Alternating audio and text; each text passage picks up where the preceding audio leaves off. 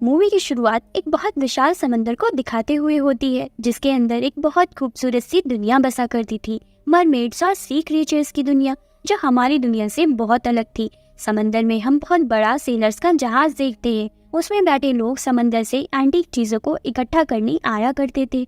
उस शिप में Prince Eric भी आया था, जो एक राजा का बेटा था, जिसे एंटीक चीजें इकट्ठा करने का बहुत शौक था। वो हमेशा अपनी मॉम के एक खास प्रेसिडेंट, जिनका नाम ग्रिम्स था, उनके साथ रहा करता था, जो उसके एक तरह से गार्जियन भी होते हैं। आज बहुत खास दिन होता है, क्योंकि आज मून फेस्टिवल था और लोगों का ऐसा मानना था कि आज के दिन मरमेड्स यानी जल परियां समंदर की सतह पर आती हैं। उस जगह के लोग यही बातें कर रहे थे कि आज वह उन जल परियों को पकड़ कर ले जाएंगे। एरिक बहुत अच्छा और साफ दिल का इंसान होता है। वह सबको ऐसा करने से मना करता है, लेकिन ग्रिम्स उसे समझाते हुए कहते हैं कि कब तक हम ऐसी छोटी छोटी चीजें इकट्ठा करते रहेंगे।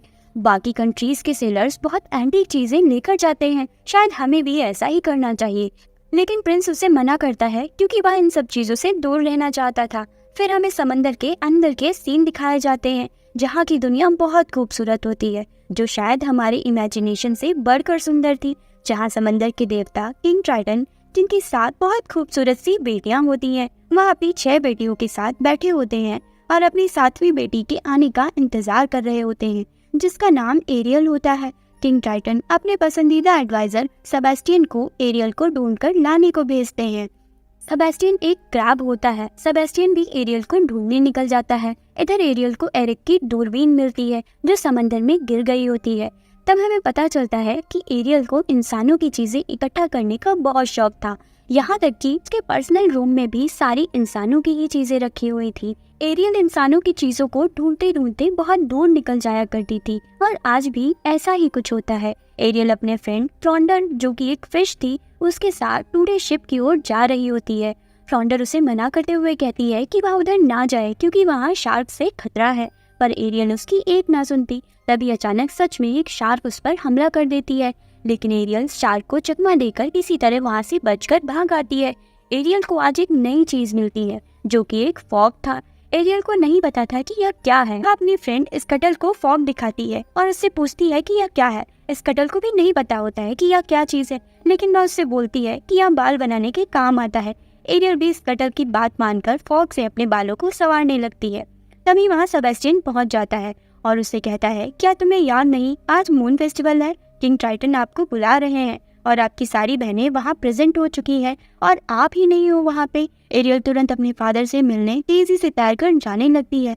तभी हमें एक सी विच दिखाई जाती है, जिसके बड़े बड़े ऑक्टोपस जैसे टेंटिकल्स होते हैं, जिसका नाम अर्शिला होता है, जो एरियल पर नजर रखे होती है। एरियल अपने फादर के पास जाती है, जो उससे काफी नाराज होते हैं। वह उससे पूछते हैं कि आखिर तुम कहाँ थी। एरियल उन्हें बताती है कि वह इंसानों की चीजें ढूंढ रही थी। ऐसा सुनकर उसके डैड गुस्सा होकर उसे डांटने लगते हैं। एरियल उनसे कहती है कि आप इंसानों से इतनी नफरत क्यों करते हो, इंसानों की दुनिया बहुत प्यारी है। तब हमें पता चलता है कि एरियल की मॉम की डेथ के जिम्मेदार इंसान ही थे, इसलिए उसके डैड इंसानों से नफरत करते थे। उस दिन के बाद से कोई भी मरमेड इंसानों के आसपास भी नहीं जाती थी। किंग ट्राइटन एरियल को इंसानों की चीजों से दूर रहने को कहते हैं। वहाँ उनकी बात से गुस्सा होकर वहाँ से चली जाती है। किंग जानते थे कि एरियल उनकी एक नहीं सुनेगी, इसलिए वह क्रैब को उस पर नजर रखने को बोलते हैं। एरियल अपने रूम में आ जाती है, जहाँ इंसानों की बहुत सी चीजें रखी होती है, जिसमें किताबें, कॉइन्स, बटन और बहुत सी चीजें रखी होती है। उसने डूबे हुए जहाजों से उन चीजों को इकट्ठा किया होता है। एरियल की हमेशा से यह ख्वाहिश थी कि वह इंसानों की दुनिया को एक्सप्लोर करे, वह सड़कों पर घूमे और उनकी दुनिया को एंजॉय करे। तभी उसे समंदर के ऊपर से धमाकों और लाइट्स की आवाज आती है। जब वह ऊपर आकर देखती है तो उसे बहुत बड़ा सा जहाज दिखाई देता है, जिसमें लोग आतिशबाजी कर रहे होते हैं। लोग पटाखे चलाकर झूम झूम कर नाच रहे होते हैं और जश्न मना रहे होते हैं। एरियल उनको चुपचाप देख रही होती है। यह सब देखकर वह बहुत खुश होती है कि इंसानों के पास तो कितनी नई नई चीजें हैं करने को। एरिक भी उन लोगों के साथ जश्न मना रहा होता है। तब ग्रिम्स उसे समझाता है कि आप प्रिंस हैं और आम लोगों के साथ ऐसे नहीं रह सकते। तब एरिक उनसे कहता है कि आप मुझे खुलकर जीने दें, मुझ पर पाबंदी ना लगाएं, और मैं भी तो आम इंसान ही हूँ। एरियल ग्रिम्स और एरिक की बातें सुन रही होती है। वह एरिक की ऐसी सोच देखकर उससे इम्प्रेस हो जाती है। कुछ देर बाद इन लोगों को पता चलता है कि मौसम बहुत खराब हो गया है और समंदर की बड़ी बड़ी लहरें शिप को डुबा सकती हैं। सारे लोग छोटी छोटी नाव में बैठकर जान बचाकर वहाँ से निकलने लगते हैं। एरिक लोगों को बचा बचा कर छोटे शिप में ले जा रहा होता है कि तभी देखता है कि उसका डॉग बड़े शिप में ही रह गया था, जो अब पूरी तरह से आग में जलने लगा था। एरिक दौड़कर अपने डॉग को लेने जाता है कि तभी अचानक पानी की एक बड़ी लहर शिप को 2 टुकड़ों में कर देती है और एरिक पानी में गिर जाता है और अंदर डूबने लगता है। एरियल यह सब चुपचाप देख रही होती है। वह नीचे पानी में जाकर एरिक को बचाकर समंदर के किनारे ले आती है। एरियल ने अपनी लाइफ में पहली बार किसी इंसान को छुआ था और उसे महसूस किया था। एरियल एरिक को जगाने की बहुत कोशिश कर रही थी। वह उसे अलग अलग तरीके से उठाती है, वह उसके लिए गाना भी गाती है। इधर एरियल के एनिमल फ्रेंड्स भी एरियल को देख रहे होते हैं और वह बात कर रहे होते हैं कि किंग को कोई भी यह ना बताए कि एरियल ने किसी इंसान की जान बचाई है। एरिक भी होश में आने लगता है और वह एरियल का हाथ भी पकड़ लेता है, लेकिन जैसे ही एरिक की आंख खुलती है, पैलेस से बहुत से लोग एरिक को ढूंढते हुए वहां पहुंच जाते हैं। एरियल वहां से तुरंत चली जाती है और एरिक को वह लोग बचाकर वापस पैलेस ले जाते हैं। एरिक ने एरियल का चेहरा तो नहीं देखा था, लेकिन उसे यह पता था कि उसकी जान किसी लड़की ने बचाई है। यह सब विच अर्सला भी देख रही होती है, जो एरियल पर नजर रखी थी। इसका बहुत बड़ा मकसद होता है, जो हम मूवी में आगे जानेंगे। एरियल एरिक से मिलने के बाद उसके बारे में ही सोचती रहती है। उसे अब इंसानों की दुनिया में जाने का बहुत मन करने लगा था। वह हर रोज एरिक का इंतजार करने लगी कि वह एक दिन उसे ढूंढने जरूर आएगा। इधर एरिक भी ठीक हो गया और वह अपनी मॉम से पूछता है कि क्या आपने उस लड़की को ढूंढ लिया जिसने मेरी जान बचाई थी? मैं उससे एक बार मिलना चाहता हूँ। उसकी मॉम, जो कि क्वीन थी, उससे कहती है कि बेटा आप आराम करो, हम जल्द ही उस लड़की को ढूंढ लेंगे। एरिक रोज समंदर के किनारे जाकर एरियल को ढूंढता था, क्योंकि उसे भी शक था कि वह लड़की कहीं मरमेड तो नहीं थी। उसे यकीन था कि अगर वह एक बार फिर से अपनी जान खतरे में डालेगा तो वह लड़की उसे बचाने दोबारा आएगी। इधर समंदर में एरियल और उसकी बहनें टूटे हुए जहाज के मलबों को उठा रहे होते हैं, जो एरिक का जहाज होता है। वहाँ एरियल किसी से बात नहीं कर रही होती है, वह खोई खोई हुई सी थी। यह सब उसकी डैड ट्राइटन नोटिस कर रहे होते हैं और उन्हें शक हो जाता है कि कहीं एरियल को किसी इंसान से प्यार तो नहीं हो गया। वह क्रैब से पूछते हैं और वह उन्हें सच सच बता देता है कि एरियल ने एक इंसान की जान बचाई थी। उसकी बातें सुनकर किंग ट्राइटन एरियल पर काफी गुस्सा हो जाते हैं। वह उससे पूछते हैं कि तुम्हें उस इंसान की जान बचाने की क्या जरूरत थी? इंसान बहुत खतरनाक होते हैं और मैं नहीं चाहता तुम किसी तरह के खतरे में पड़ो। एरियल उन्हें समझाती है कि सब इंसान बुरे नहीं होते। किंग गुस्से में आकर उसके रूम में रखी हुई इंसानों से जुड़ी सारी चीजों को अपनी पावर से तबाह कर देते हैं। एरियल अपने डैड को रोकने की बहुत कोशिश करती है, पर वह उसकी एक नहीं सुनते। अपने डैड का ऐसा बिहेवियर देखकर एरियल बहुत दुखी हो जाती है। तभी अर्सिला उसे शीशे में नजर आती है। वह उस पर इतने दिनों से नजर रखे थी। वह एरियल को कहती है कि मैं तुम्हारी आंट हूँ और मुझे शी विच के नाम से भी जानते हैं।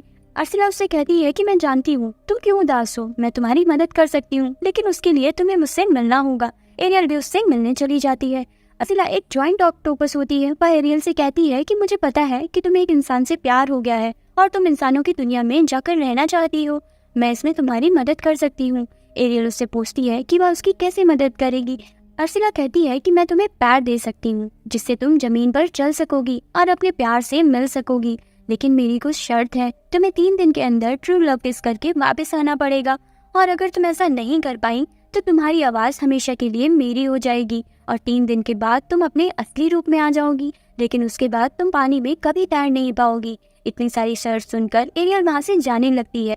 अर्सिला एरियल को भड़काते हुए कहती है कि जाओ जाओ, अब तुम हमेशा अपने डैड के साथ पानी में ही रहना। एरियल उसकी बात सुनकर वापस आ जाती है, उसकी सारी शर्तें मान लेती है और विच उस पर जादू करती है और उसकी आवाज को एक लॉकेट में बंद करके अपने गले में पहन लेती है। एरियल को पैर देकर उसे इंसान बना देती है।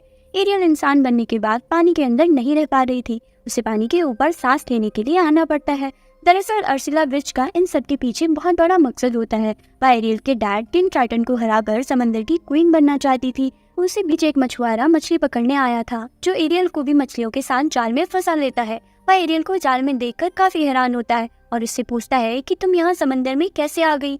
वह मछुआरा बहुत अच्छा इंसान होता है। वह उससे कहता है तुम यहाँ तक कैसे पहुँची और तुम इस समंदर में जिंदा कैसे बच गई।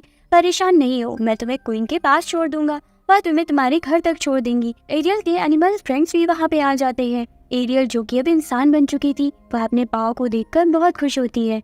मछुआरा एरियल को लेकर क्वीन को सौंप देता है। यह क्वीन कोई और नहीं बल्कि एरिक की मदर होती है। यहाँ पैलेस में एरियल को बहुत अच्छे से नहलाया जाता है, उसे सुंदर कपड़े दिए जाते हैं और उसका बहुत अच्छे से ध्यान रखा जाता है। एरियल इंसानों की दुनिया में आकर बहुत खुश थी। वह गाना भी गाती है, लेकिन उसकी आवाज तो विच ने ले ली थी, इसलिए उसकी आवाज कोई सुन नहीं पाता है।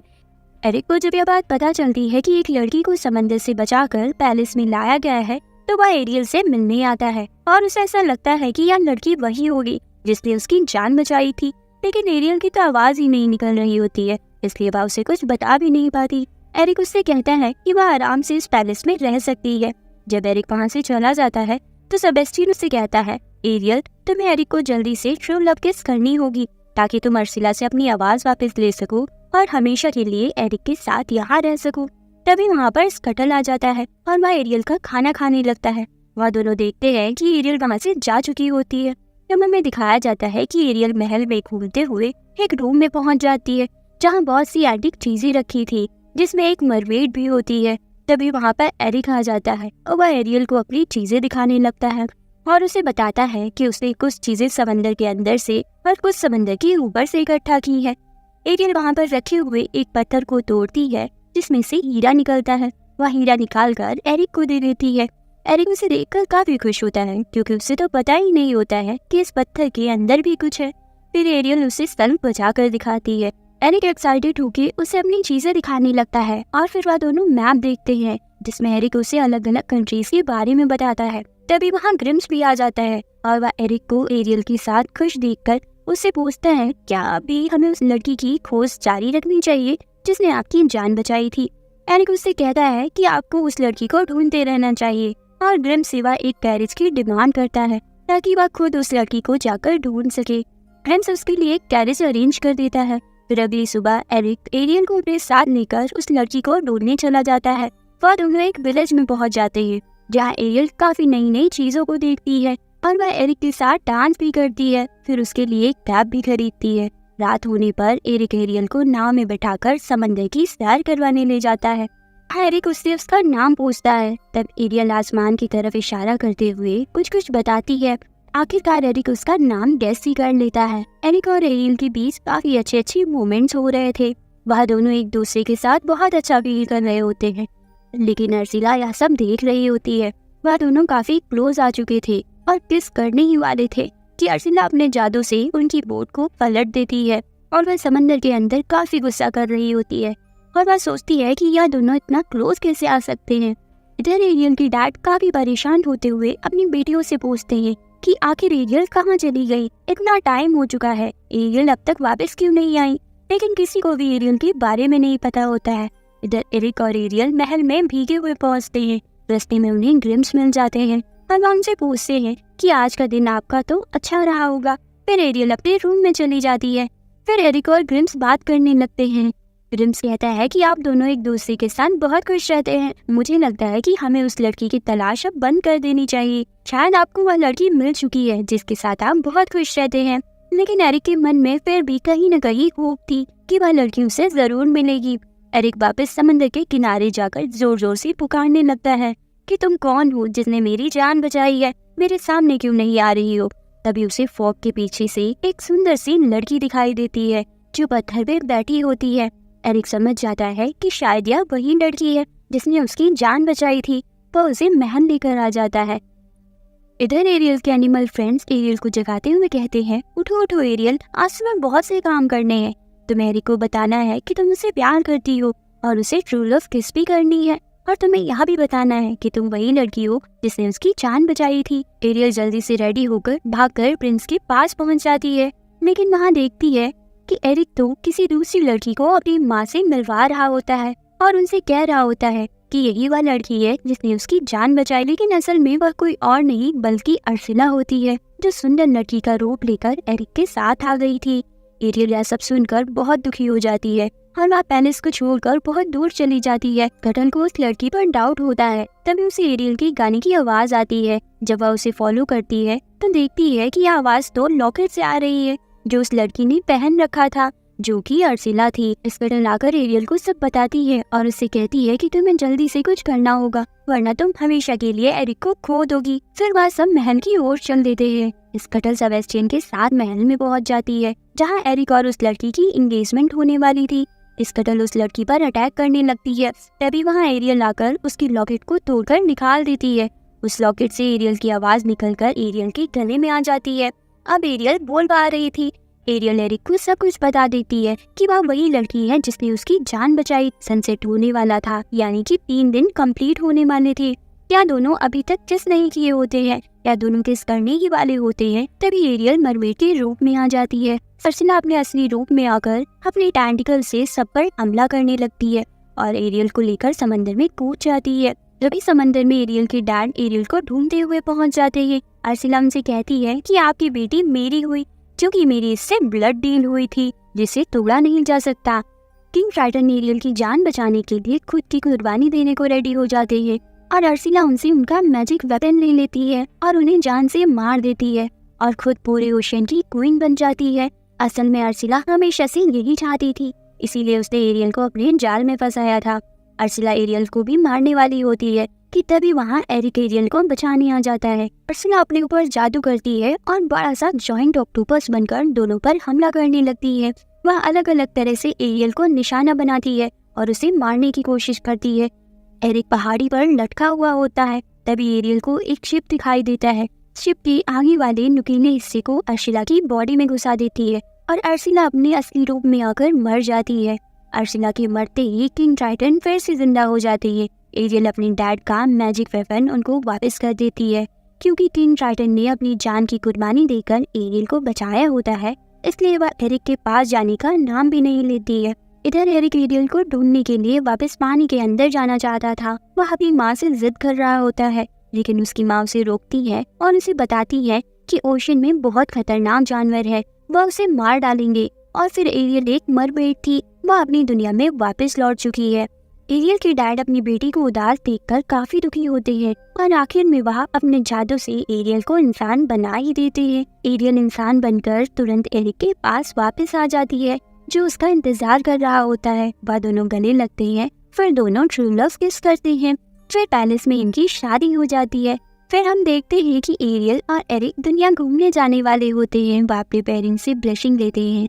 तभी हम देखते हैं कि एरियल के डैड भी एरियल से मिलने आते हैं और वह उससे कहती है कि मैंने तुम्हारे साथ बहुत बुरा किया, तुम सही कहती थी, सब इंसान बुरे नहीं होते और आज के बाद हम सब मरमेड्स इंसानों के साथ मिलजुल कर खुशी से रहेंगी। एरियल अपने डैड को गले से लगाती है और फिर यह दोनों अपने डैड की ब्लेसिंग्स लेकर वहाँ से चले जाते हैं और यही बढ़िया खूबसूरत सी मूवी खत्म हो जाती है।